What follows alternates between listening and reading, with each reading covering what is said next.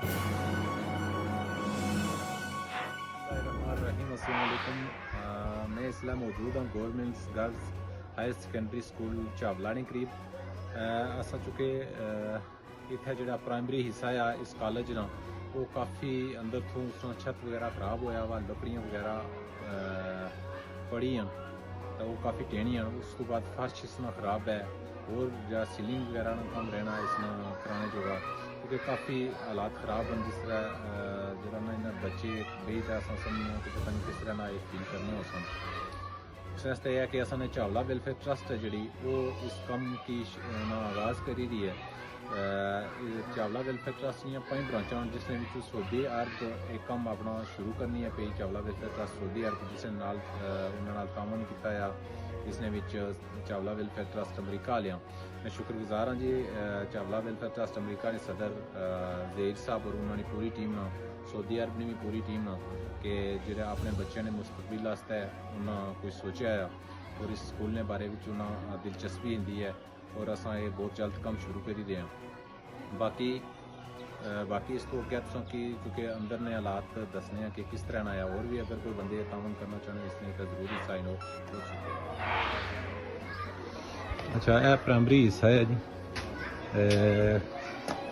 कुछ अरसा कबल है बाला उपरी टठा सी तो खैर अल्लाह का रहता है बच बचा हो या कोई ऐसा कोई नुकसान नहीं सी होया। उसने जरा ना फर्श नहीं कंडीशन है इसलिए जितना ये बच्चे साने पढ़ने ने सारे ग्रां ने और ऐसा तकी सकने हो कि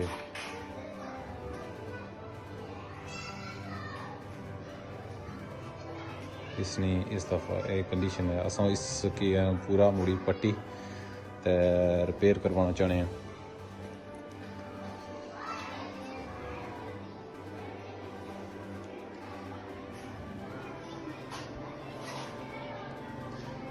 ये इस तरह फर्श है और उस तो बाद जी है इस तरह छत है और ये बाले नहीं जी कंडीशन है वो ये है कि बिल्कुल समझी कि के एंड पर लगे आए।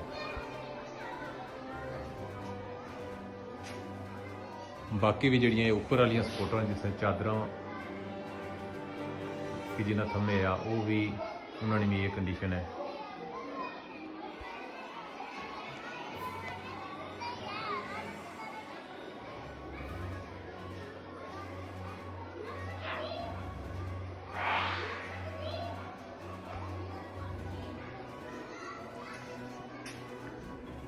ये शीटा कुछ अरसा पहले उपर नाल सन लगी हैं, फिर टट्ठियाँ ये साइड पर की ने। ये पूरे छत नहीं ये सुरताल है जरा ये कमरा आ ये तकरीबन 40 फुट बाई 18 फुट है। अस कराना चाहते हैं इसने ऊपर लोहे ने सपोर्ट वगैरह लाना चाहते हैं और इसकी सीलिंग वगैरह और फर्श इसना करवाना चाहते हैं।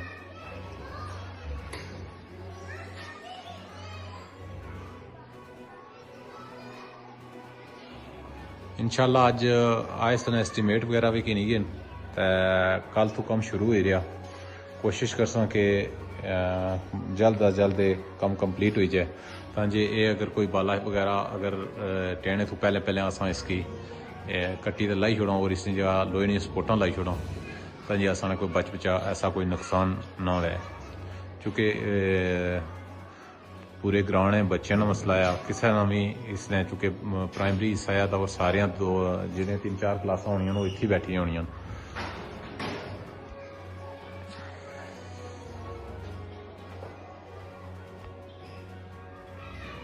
ये बाले की कंडीशन है। बाकी ऊपर चादर वगैरह ठीक हैं सारिया तो उसने सिर्फ असा उत्थे लोहे दी सपोर्टा लानिया। उस तो बाद ये बाहर जो बरांडा आ ये इसने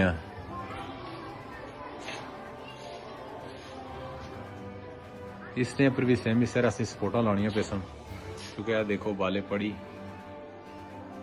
तकरीबन ख़त्म ही हो चुके हैं। इसने पर भी असं जरूरत है कि अस लोहे दी सपोर्टा लवा। इंशाल्लाह अस बहुत जल्द बल्कि कल ही कम अज चूँकि कुछ पैसे वगैरह दे छोड़े जो वेल्डिंग वाले आए से उन्होंने चूँकि पाइप वगैरह वो अनसन तो कल तो इंशाल्लाह अस कम शुरू करी दें और बहुत जल्द कंप्लीट करसा। बाकी भी जरा कोई इसने सदका जारिया हिस्सा इन्ना चाहना जरूर हिस्सा हो चुके काफ़ी है। इसने असा सीलिंग भी करवानी, उस तो बाद वायरिंग, फर्श भी रिपेयर करवाना, काफ़ी कम है असा को।